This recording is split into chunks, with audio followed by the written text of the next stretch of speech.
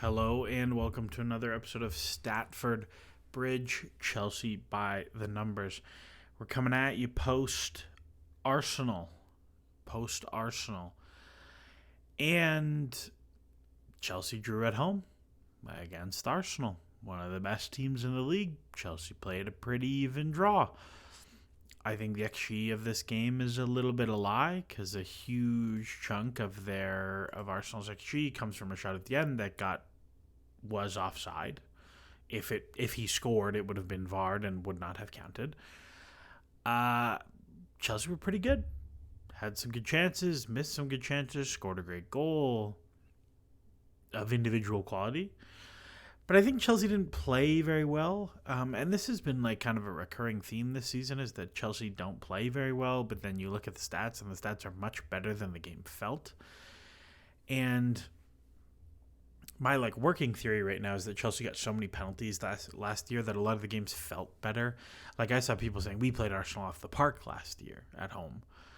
And it might have felt that way, but if you go back and look at it, Chelsea put up 0.5 non-penalty expected goals, and their two goals were a penalty off of a kind of fluky handball and a cross that went in. And admittedly, Arsenal's goals are like one good goal and one like Sanchez gift, but it's not like Chelsea created a ton in that game either. And yes, there's game state things, and I think last year's Chelsea did not really make the game state decisions that led to that. Chelsea were pretty open and attacking all year. But again, much like the Liverpool game and the City game, where like the City home game last year was very crazy and this year it was very not crazy. It's just like Chelsea play vaguely even on the stats, and they sometimes get a result and sometimes don't get a result. And that's what this game was. I don't think Chelsea played particularly well. Reece James didn't start the game, and I thought Malo Gusto was particularly poor. And we saw Marc Cucurella have quite a good performance against Bukayo Saka. Wesley Fofana had probably his best game of the season for me against what was a very difficult front line to manage, and also a team that had a lot of runners from midfield. I thought Moises Caicedo was excellent. And aside from that, I don't think anyone was particularly good. Pedro Neto scores a nice goal, creates a big chance for Malo Gusto, and I suppose that's worthwhile. Was quite diligent defensively, but I thought he was just okay. And of the subs, I thought Enzo Fernandez was very useful, and the rest were whatever, as it were. But that's the game, and it's kind of strange to come away from a 1-1 draw against the supposed title contender and be like, all right, I don't really want to talk about the game, but I don't really want to talk about the game. I don't have that much to say about the game.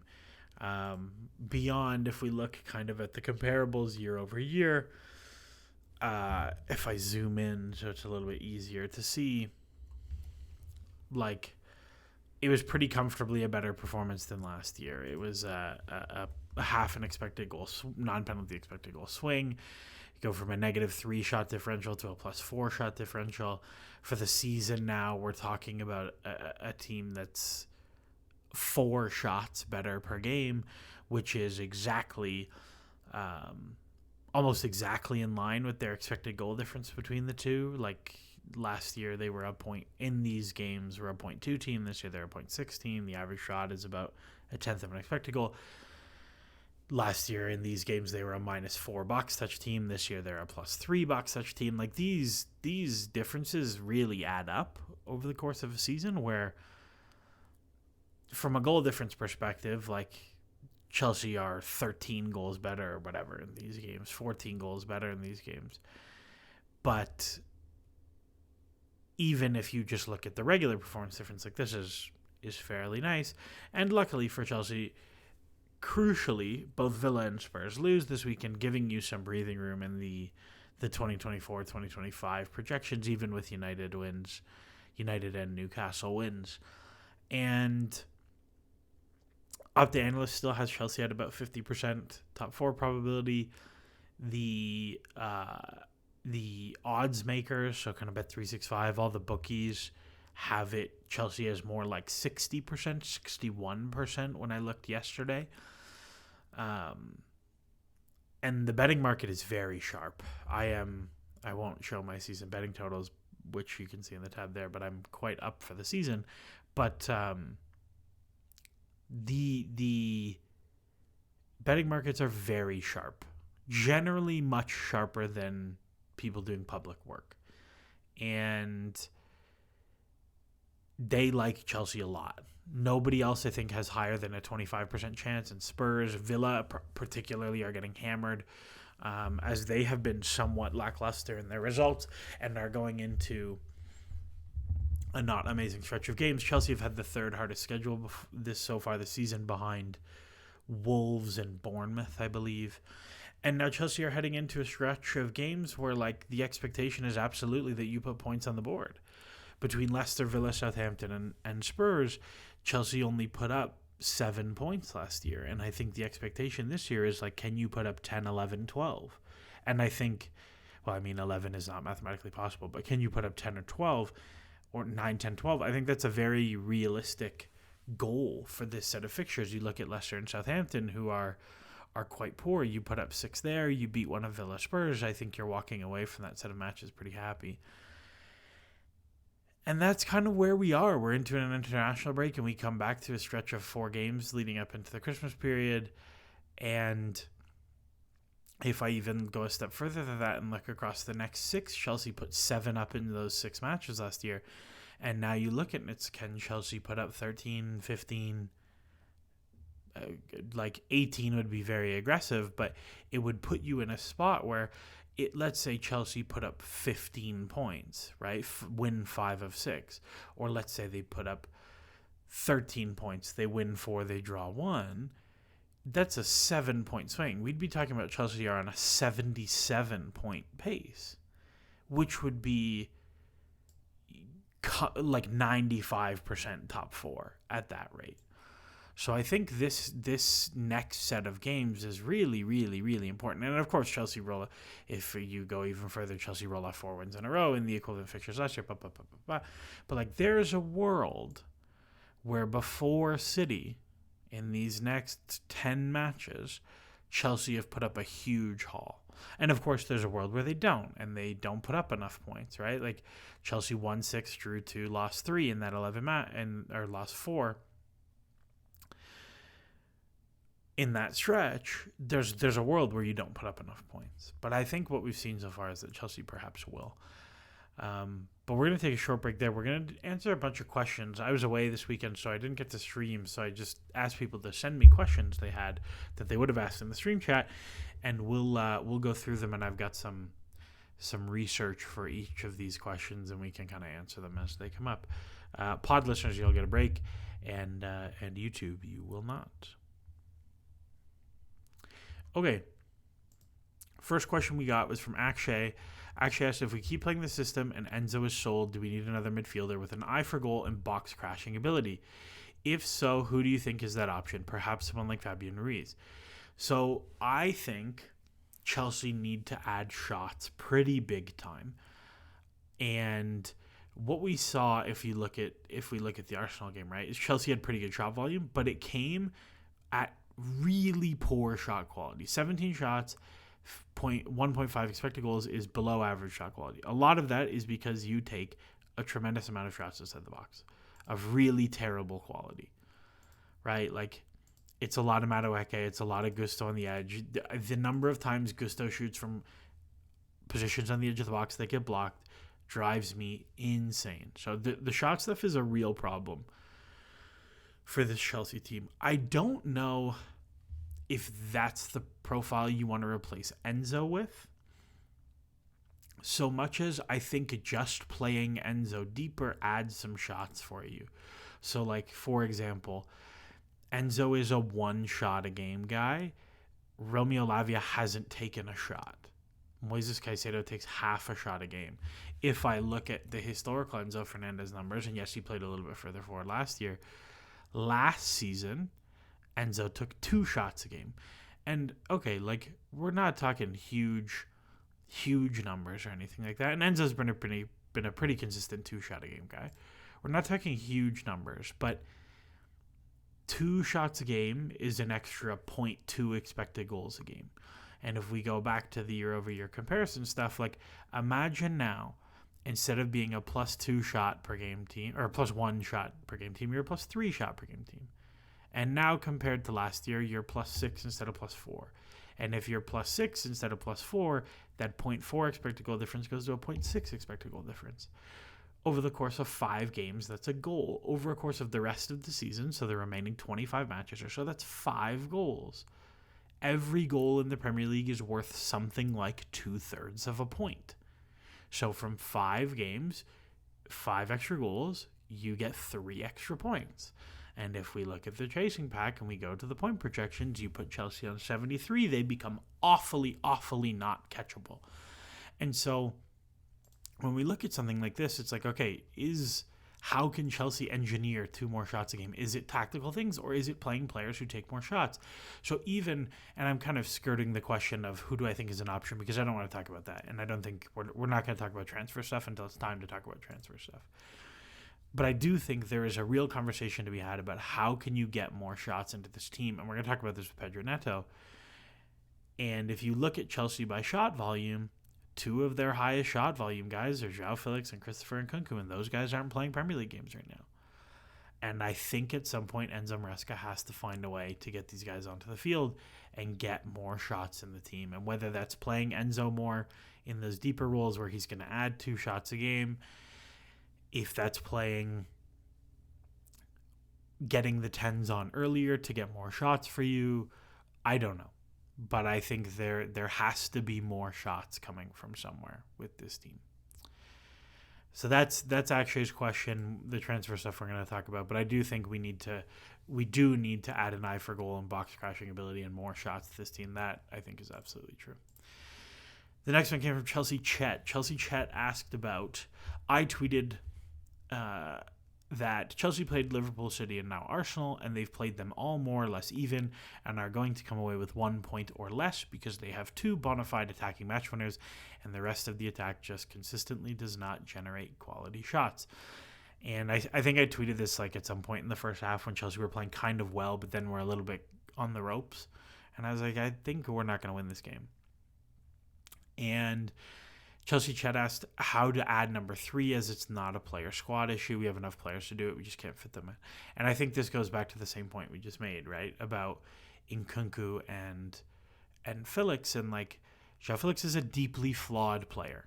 He absolutely is. There is no question about it.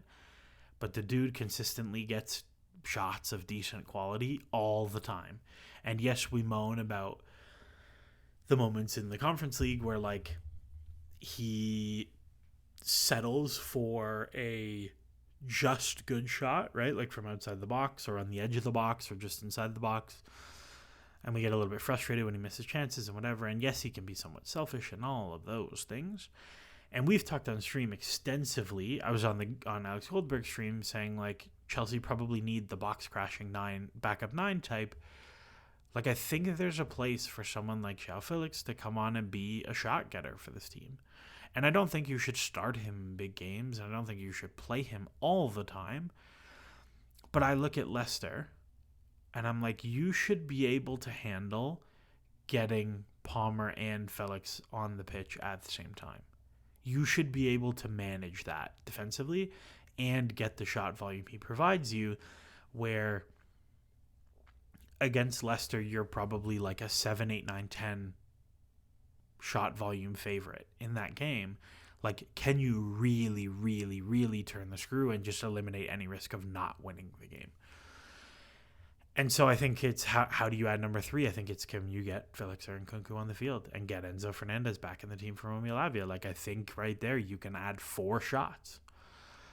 And when we talk about bona fide attacking match winners, I don't know if those guys are match winners. I think Nkunku probably is. I don't know if Felix is. But I think a lot of it is like, how do the wingers develop? Can you make them better players? Like, can Noni Madueke go from his somewhat frustrating output where he takes lots of shots of quite low quality, and like Madueke has been decidedly not very good since the Wolves game. Like, it's just a lot of the same. Can you get more out of him? can you get more out of Mudryk in his appearances? And I think it's not going to be like we buy this player so much as can you generate more better shots by personnel or by tactical. Thank you, Chelsea Chat. Next one up, Thomas Wilkinson, a regular. You've mentioned your concerns about Fofana before, but something all the best defenses have is a lot of continuity. Do you think Chelsea should just give him time to build a strong connection to Colwill or elsewhere? And I thought this was a really good tweet, so I replied in the moment, and I said, like, I think he's been really good the last couple of games. He was excellent against United, bar an insane mistake. And I have said that if I could find a suitor to sell Fofana at break-even or better and take his huge wages off, I would do it. And I think that's still true. Like, he makes a lot of money. He costs a lot in amortization. He can only play once a week, and he's still quite injury-prone. He is very rash and I think somewhat unpredictable, which makes him hard to build around. He's not a great passer. Like, he's really not a passer, so it forces you into situations where Colwill has to be the builder. Like, when we're talking about back three build stuff, you can basically never build with Fofana as the middle of the three because it just nukes your ability to play out. And we've seen that Enzo Maresca just doesn't do it anymore. He will never put Fofana as the middle of the three to build. And yet, as I criticize all of those things, Fofana is easily the best of the bunch. That is not Levi Colwill at Chelsea. He has been quite good this year. He does not give the ball away very often at all. He scores extremely highly for pass volume, and he doesn't really give it away on short passes. He does not complete his long passes, and he does not particularly break lines for you. He is not a progressive passer in any way, shape, or form. Absolutely. But he doesn't give it away. He's pretty good defensively. Yes, okay, like the dribbler tackled stuff is whatever. He ends up in weird channels that I'm not really worried about. And he's very good in the air. He does not lose in the air very often. He's very good at deciding which ones he challenges for.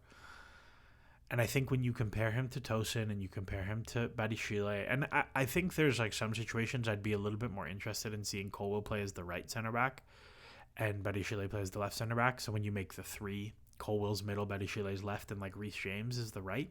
I think that's a really fun three to build with where all three can dribble and pass. And Colwill middle of the three, I think is there's a real sauce there. But I think in terms of investing time into, sure, I am totally fine with it. Totally fine with it. In the last two games, he's been very, very good. I'm not sure Chelsea take 2 points from those two games with another center back in their squad. And I appreciate that I think he's been managed pretty well. Enzo Maresca took a little bit of stick for saying he's going to play with pain for the rest of his life and talking about how he finished the game in pain. But the guy's had a terrible broken leg and an ACL tear. He's going to play with pain for the rest of his life. That's the reality of the situation.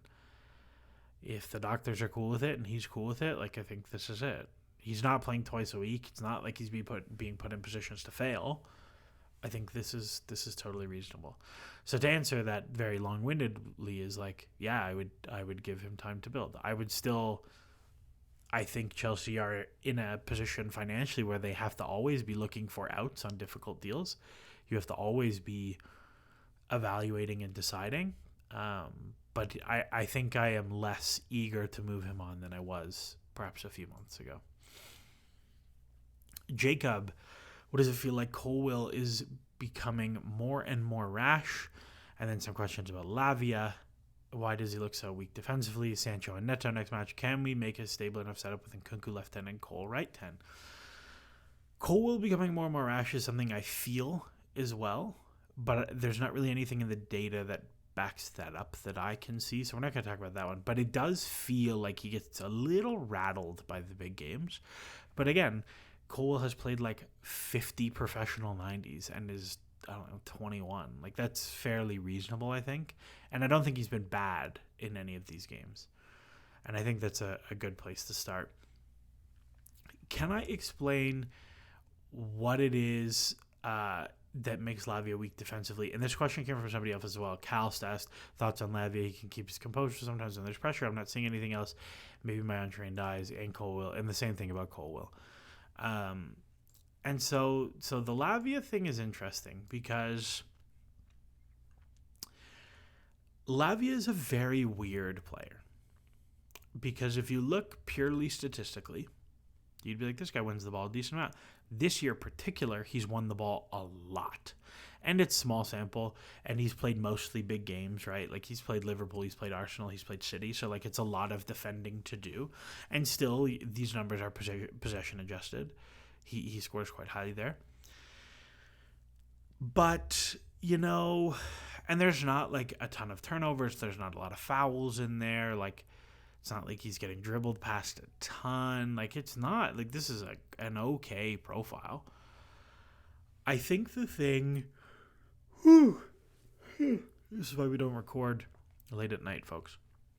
I think the thing with Lavia is what the stats don't measure. So we have a model at ASA, at American Soccer Analysis, called G-. So we built a position value model called goals added, or G+, that basically measures all the on-ball things you do. So things like tackles and interceptions, passes, dribbles. We also have a component called receiving that measures your off-ball movement. So like when you receive the ball off the ball, you get a proportion of the value of that pass because you had to do work as a runner. But I think with Lavia, right, like if we were to measure his on-ball defending, he would come out okay. So if you look at things like the Davies model, he comes out about average for his position in terms of ball winning. I think the thing with Lavia is if we were to measure G-, which what is the model that measures how much value comes through your zones. So we know basically where you play on the pitch, and we know vaguely where your defensive responsibility is. If we measure how much G+ comes through your zone, how much value comes through your zone, we get a sense of, okay, like you're winning the ball a lot, but you're also a sieve, right? Like even sieves catch a lot of debris, but if there's still a ton of debris going through, it doesn't matter. And I think that's where Lavia kind of is, where he wins the ball a lot, but he also is like snoozing off ball a lot, and he jumps and gets played around a lot, and that doesn't show up in the data. Whereas you compare to someone like Caicedo, where Caicedo has so many actions where he closes things down and never makes a tackle, never makes an interception. StatsBomb data will have it as a pressure, but that's about it. And he shuts the lane off, and he turns it around, or he delays and slows it down. And I think Lavia doesn't have that. I think he's very, very poor at those moments. And I think particularly he's very poor at defending transitions. And I think transitions are because transitions are fast and they're exciting, I feel like they stick in our brain a little bit more, where we remember a player getting blown up in transition when transitions are very difficult to defend. But I think Lavia is a very poor transition defender. But maybe it's just sticking out of my head too much. So that's where I'm at on Lavia. In terms of like what it is he does that makes him weak, like I think his feet are kind of slow, and I think he's bad at checking shoulders to screen people, so he's not good at blocking passing lanes. And I think he is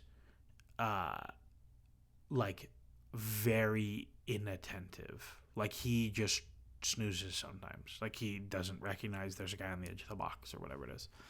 So that's that thing. I'm gonna close that. Sancho and Neto, and we talked about the Nkunku Palmer thing. I think the difficult thing is like you want to talk about this, but you also want to talk about this, and it's like you cannot do both of those things, which I think is a fundamental thing people have to get to. And for audio listeners, you can't read that, but like Jacob here asked about Nkunku left hand, Cole right hand, but also asked about Sancho and Neto as wingers. And like you can't do that unless it's Nkunku and Cole as the double eights, and your fullback becomes a 6, not an 8, which is fine, but that's a very lightweight midfield. So to take the two questions as they come, Sancho and Neto, no, I don't think that is a viable winger partnership, mostly because of the shots. Neto is a 2 shots a game guy. I think Sancho has taken 1 shot in the league for Chelsea. There's just not enough there. If you are playing alternative winger combinations that don't involve Madueke, one of the wingers has to be Felix or Nkunku.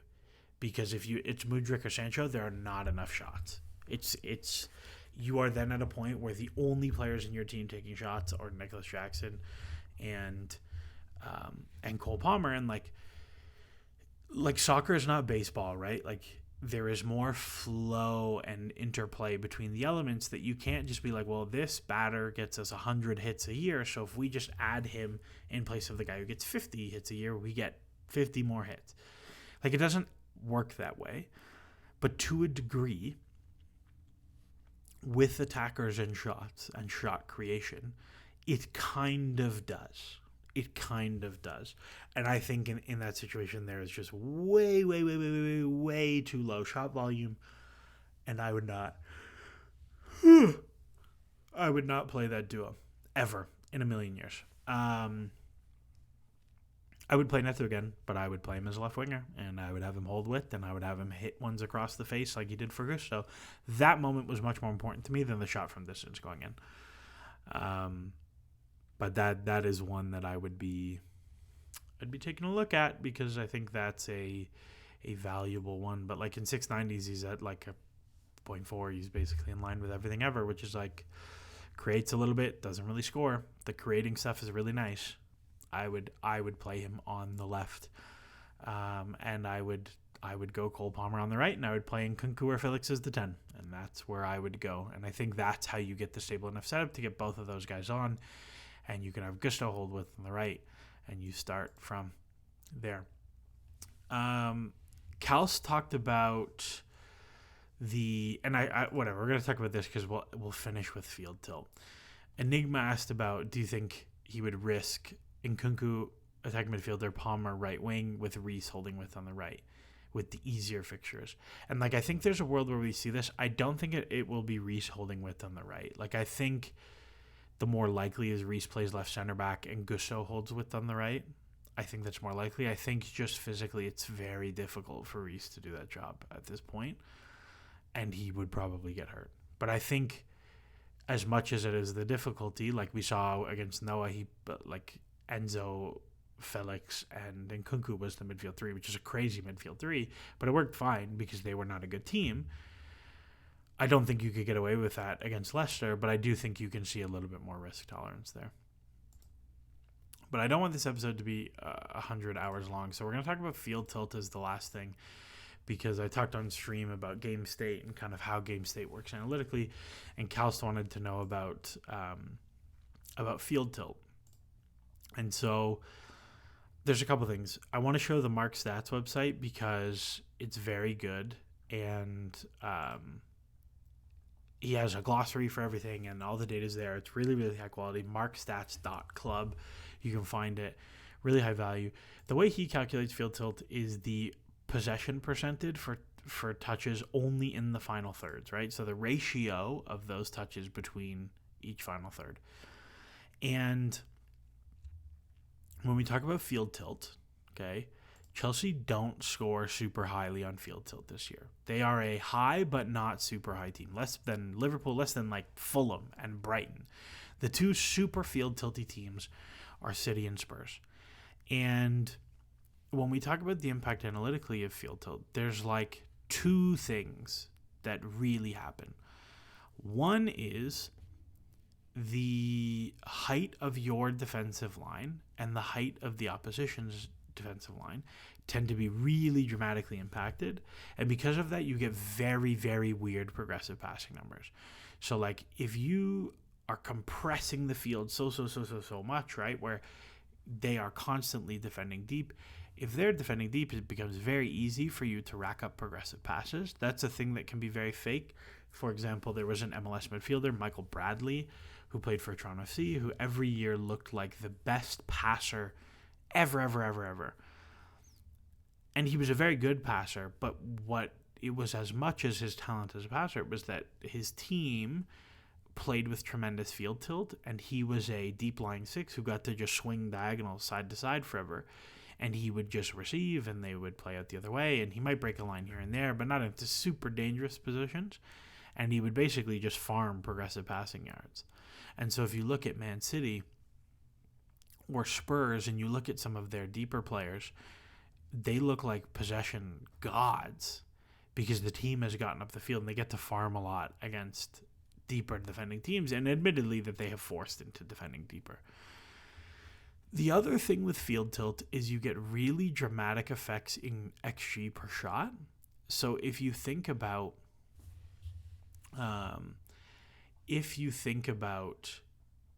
the circumstances, right? So City or Spurs have Ipswich totally hemmed into their box.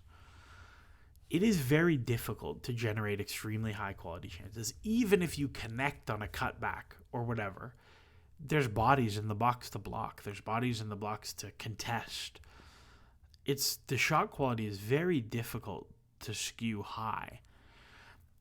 On the flip side, if Ipswich or Leicester or Southampton or whoever, like, I don't know, who's like the least field tilty team in the league, Wolves or Brentford, break the other way, you comparatively do not have defenders back. And we know that transitions absolutely juice the chance quality that you get. And